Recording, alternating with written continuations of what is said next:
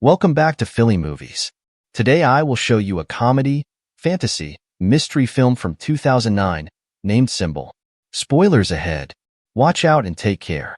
A Japanese man wearing exceptionally bright pajamas wakes up in a white, void room without any doors or windows and no apparent roof. At the point when he approaches one of the walls for a closer look, he finds something peculiar sticking out of it, a protuberance shaped like a male member. After jabbing it 2 or 3 times, he presses the tip, which causes hundreds of laughing baby angels to come out of the floor and walls, staying there just a short time before they return the way they come. One thing they leave behind, be that as it may. Presently all their members are sticking out of the wall and floor. This is the phase known as learning. As he sniffs the finger he used to touch the unusually shaped button, the man screams in fear, trailed by shouting out and asking for help from whoever may be around, without much of any result. He decides to start pressing the various buttons to see what happens, and each time he does, an alternate random item falls into the room, from a small toothbrush to a major vase. By pressing the same button again, he is given the same item, and that's the way his testing of this idea on one particular button gives him a major heap of chopsticks. His amusement is short-lived, be that as it may. When he presses the button close to the chopstick one and a small cart comes out of the wall and hits him on the legs. The following button he presses after shouting out in pain transforms into a butt, which passes gas on his face. Hours later, the man has accumulated an enormous variety of random objects in the room, and when he throws the ball at the wall, it presses a button that gives him sushi. This excites him since he's been getting eager, yet he realizes that he's missing soy sauce. He asks his captors for it, yet as always, he gets no answer. So he repeatedly presses one of the buttons until he has a lot of sushi before him yet no sauce. Surrendering, the man proceeds to eat the sushi, which he finds rather delicious, and whenever he's finished the last piece, he presses the button for more, getting furious when a suppress of soy sauce finally shows. After angrily pushing the jug out of the way, he presses an alternate button and gets a pair of old-school 3D glasses. At the point when he puts them on, he manages to see a baby angel pointing at his member, and the man gets happy because he thinks he may track down the answer. In any case, after pressing that particular button, all he gets is a commencement and a giant, but appearing from above to pass gas on top of him. Some hours later, he's read 5 volumes of a manga that he finds extremely entertaining. However, when he presses a button to get the 6th, he gets the 7th instead. Frustrated, he starts attempting different buttons, which give him 8 and 9 yet at the same time no 6. The last button he tries, however, has an important surprise for him. It opens a section of the wall that hides an entryway behind it. The man celebrates this discovery, however in his excitement, he loses track of which button is the one that opens the exit. He tries one at random and shockingly sees an African tribesman run from one wall to another.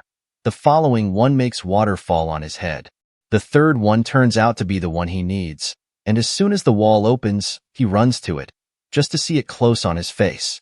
His second attempt ends the same way, and it's then he realizes that the entryway stays open as lengthy as the member tip is down, so he starts evaluating various ways to achieve it. First, he goes for a sprinter position, pressing it with his foot. Then, he hits it with a fly swatter from as far as possible, trusting the distance will make a distinction in his running time. None of these work, and neither do pulling it with a hopping rope or hitting it with the air sent by a fan. His following plan is to get on the cart and push it after pressing the button. However, after a couple of tries, he comes to accept he simply can't handle it. What he needs to do is figure out how to keep the button tip down.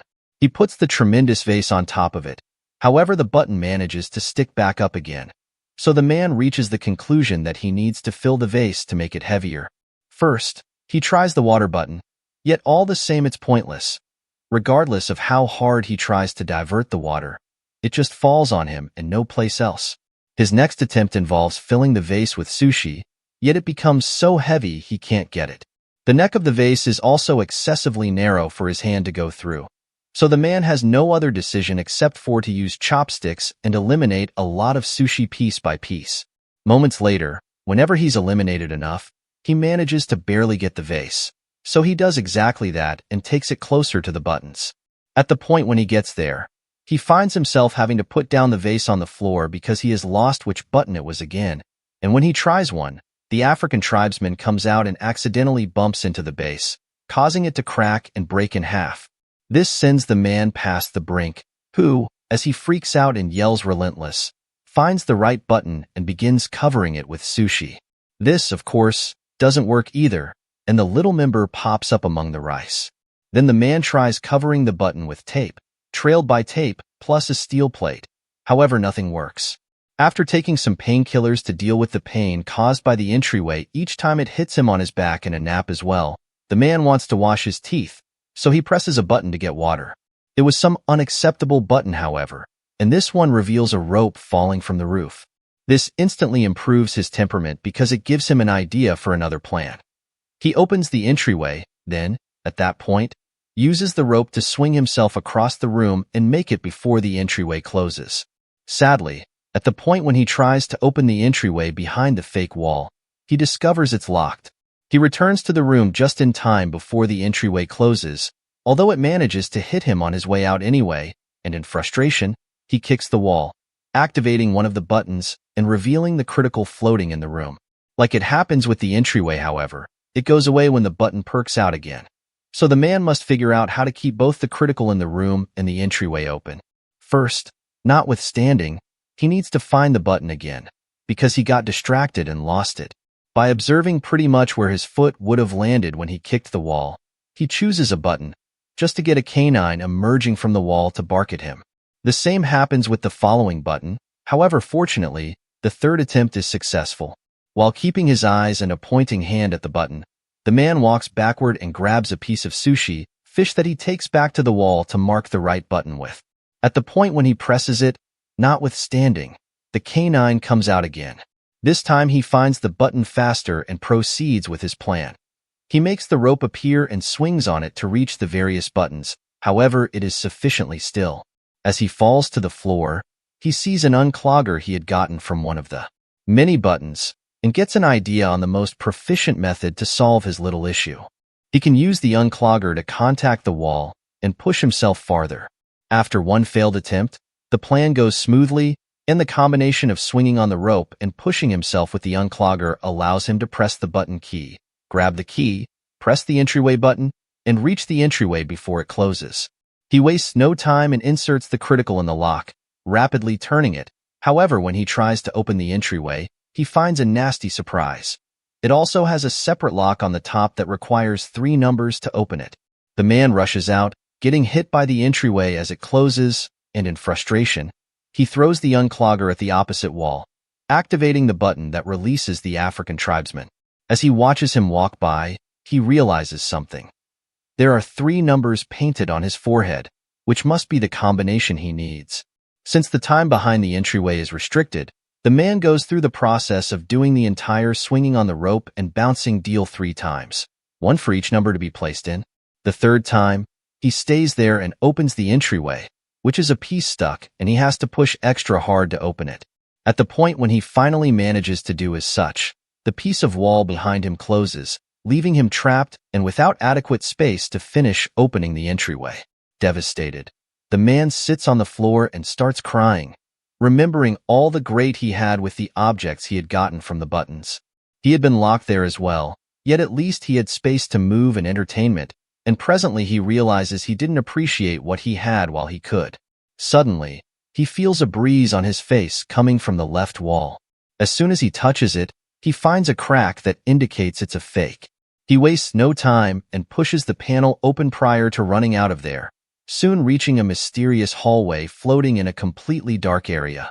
It feels like he spends an unfathomable length of time running towards an exit, and when he finally makes it to a room, his hair is longer and the colors of his pajama have faded.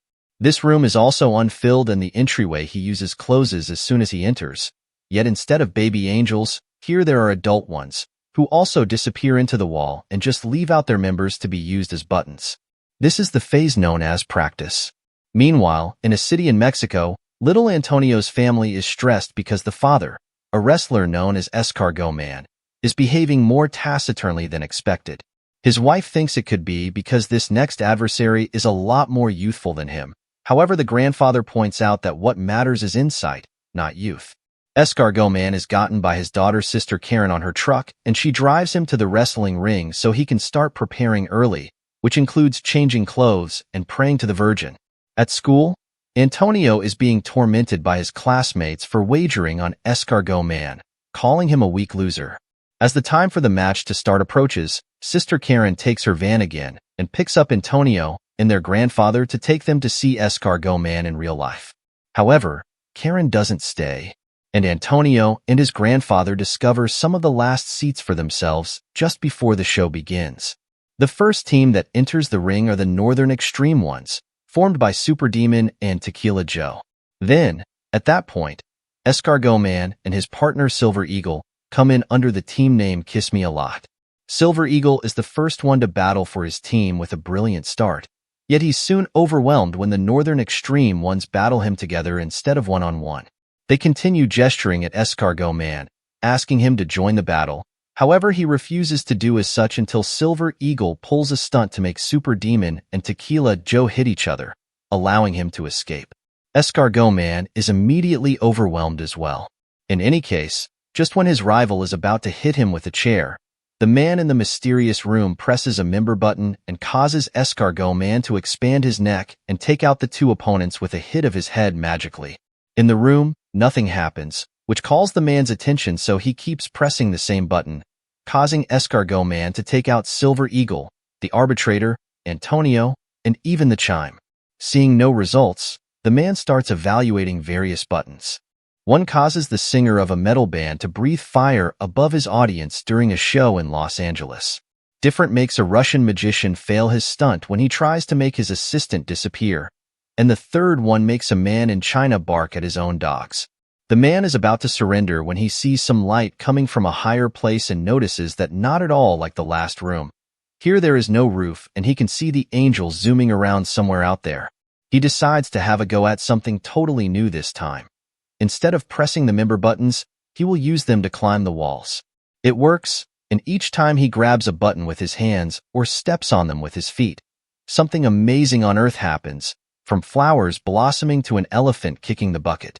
The highest he goes, the more intricate the effects become. It's not just nature anymore. There is also humanity in both the little and the large things, similar to a toaster and landing on the moon. When he makes it to the top, both the man's hair and beard had become long, and he doesn't have to clutch the wall anymore. Presently, he can float as well, just like the angels, and using all his experience gained from the training at the previous rooms, he embraces his job of God and begins choosing humanity's biggest hits on purpose instead of randomly pushing buttons. When he's finished, he's surrounded by feathers instead of walls, and he enters a shining portal that takes him to the last room.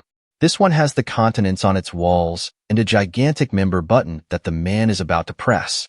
This is the phase known as Future.